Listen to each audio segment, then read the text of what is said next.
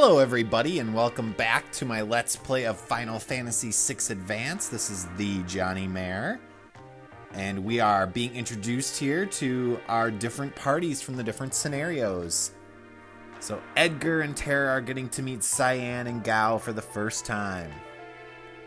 And unfortunately we have to tell them about the atrocities Kefka has committed against Doma. Yes, Elder, that is barbaric, and guess what? That's what's in store for you if you don't resist.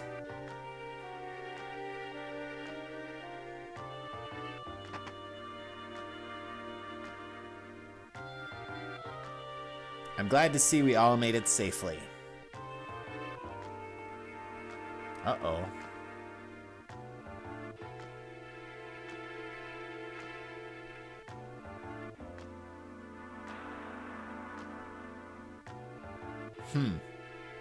Doesn't sit well with Cyan. Huh.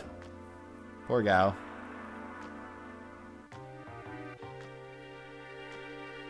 Wow. She must be pretty powerful.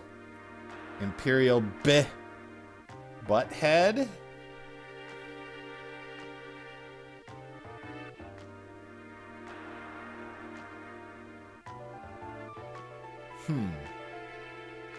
Again, that comes up with Locke. And we are going to learn more about that very soon.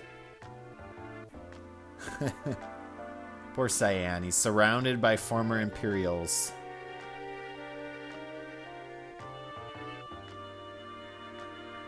Good point, Edgar. Well said.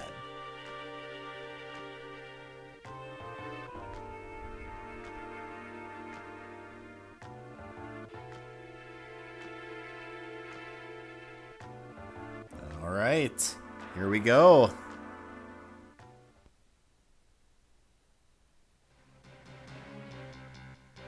Oh man.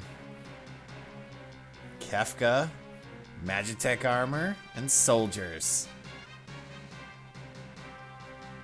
Jeez. Take no prisoners.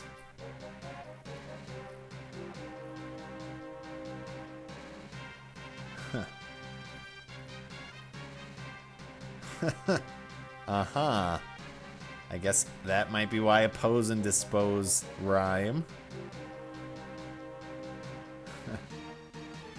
Oh, Kefka. You are awesome.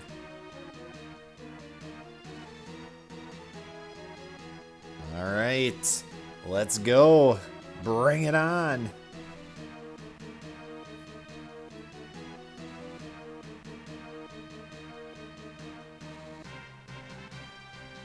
Move out. And all the other cliches of getting to go to war.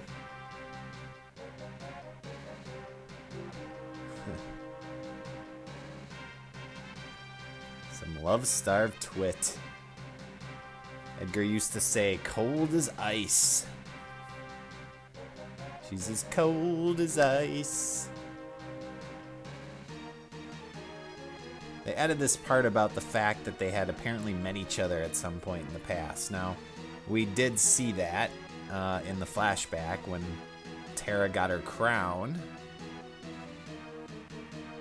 Huh, that's an interesting question.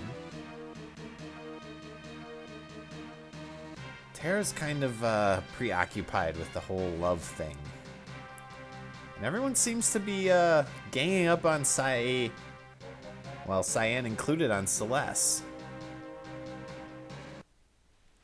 Alright, so we have a multi-party battle coming up, our second one. And like the first one in the caves with the Mughals, we have to protect somebody, this time Banon. And so what I'm going to do is save here, and I'm going to outfit all of my party members, and I will do that off screen so that you don't have to sit through that. And once I'm done, I will come back. And we're back. So once you have all your party members outfitted, just talk to Banon. And you will get the instructions, which of course are very similar to ones we've already had. We have to protect Banon from Kefka. So Kefka's going to be sending soldiers up through this maze, and we have to take them out and make sure none of them get to Banon. So we have to create 3 parties. And for me, I like to have a party of 3, which is my main attack party. Edgar, Sabin, and Celeste. And then I like to have 2 backup parties to protect Bannon. So I like to have Gao and Terra in separate parties because they can attack multiple enemies at once. And then I like to have Cyan and Locke as backup.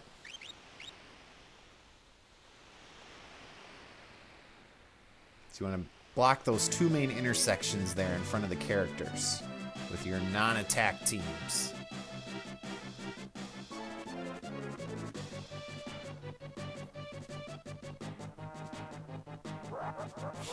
It's been a while since we've heard the laugh.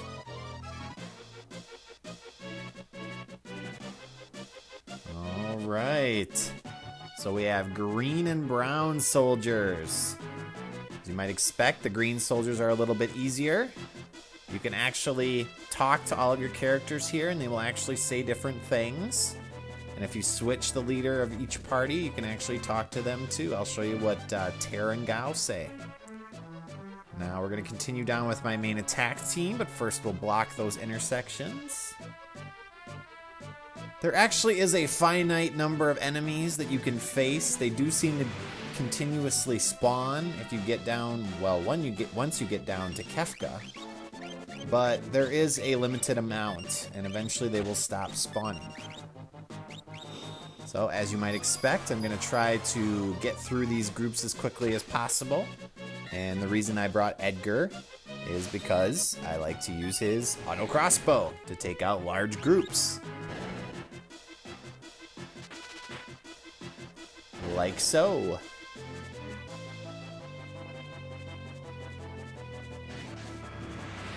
So because there is a finite number of enemies, you can of course farm experience and Jill off of these guys and build up your parties.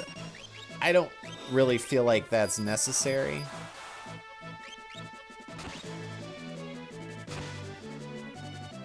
I like to just try to get the fight over as quickly as possible.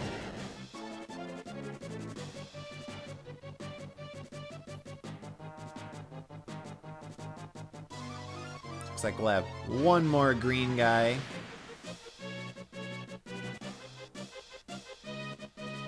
And we keep fighting these corporals. There are a variety of enemies, but unfortunately we're not getting them. They'll be a little bit different once we get the brown ones.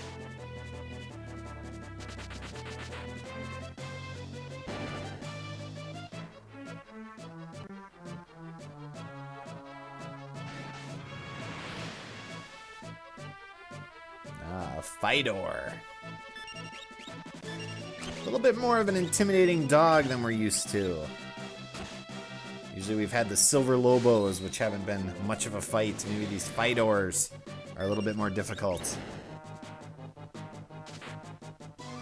Well, they can take an auto crossbow without dying. And they take an aura bolt. Nope.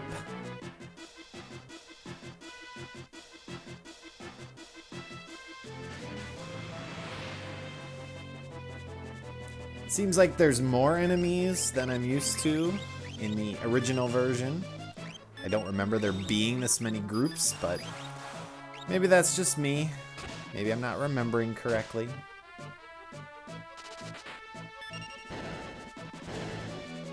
It's not like it's hard. Okay, so there's the spawn point. And this little brown guy running back and forth is this Hell's Rider. He looks pretty menacing. He's not that tough. Just use your strongest attacks. I think you can actually steal from him too. If you bring Lockdown, and I think he's got a Mithril Vest or something of the like on him, which is a good armor to have. Again, I like to just do this as quickly as possible so I don't feel it's worthwhile to bring Locke.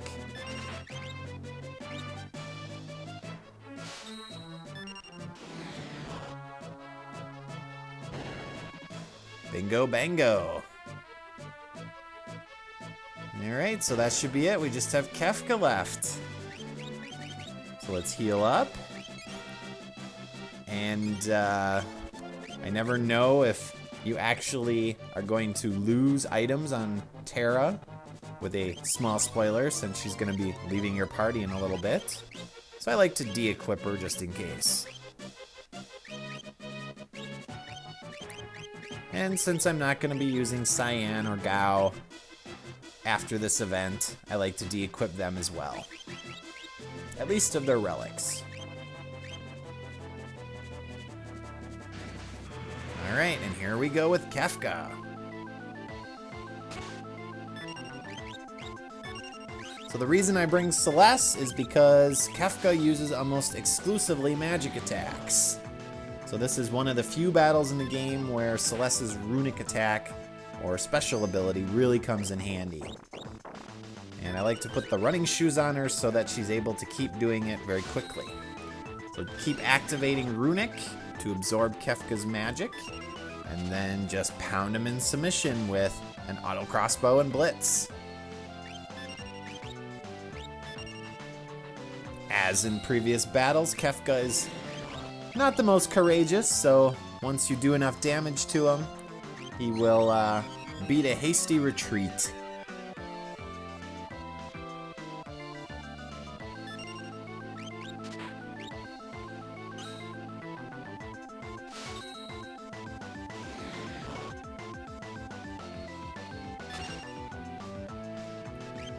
So maybe 1 or 2 more hits should be good enough.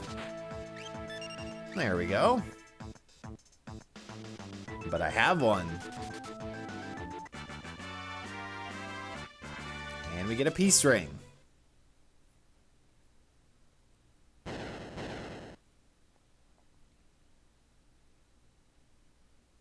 It should be all right. We protected it.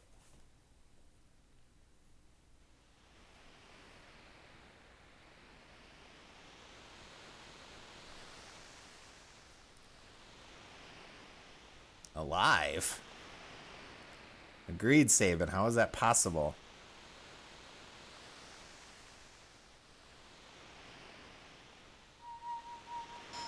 Jeez. Not surprising, considering the impact that this Esper had on Terra at the beginning of the game. Whoa!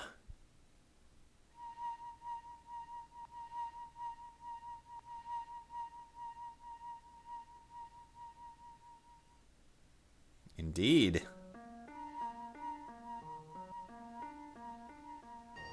Now, they changed the name of this Esper.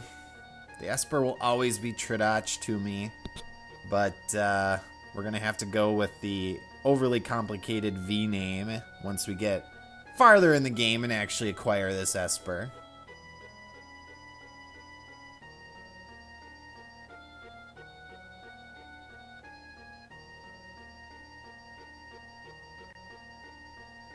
So I wonder why the Esper is reacting so much to Terra.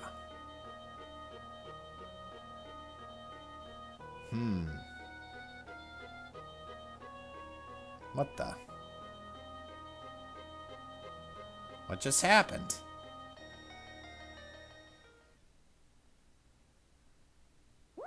Ah.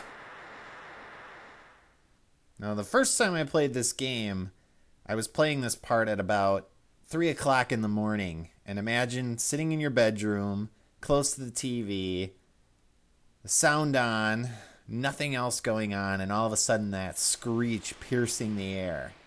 It was quite abrupt.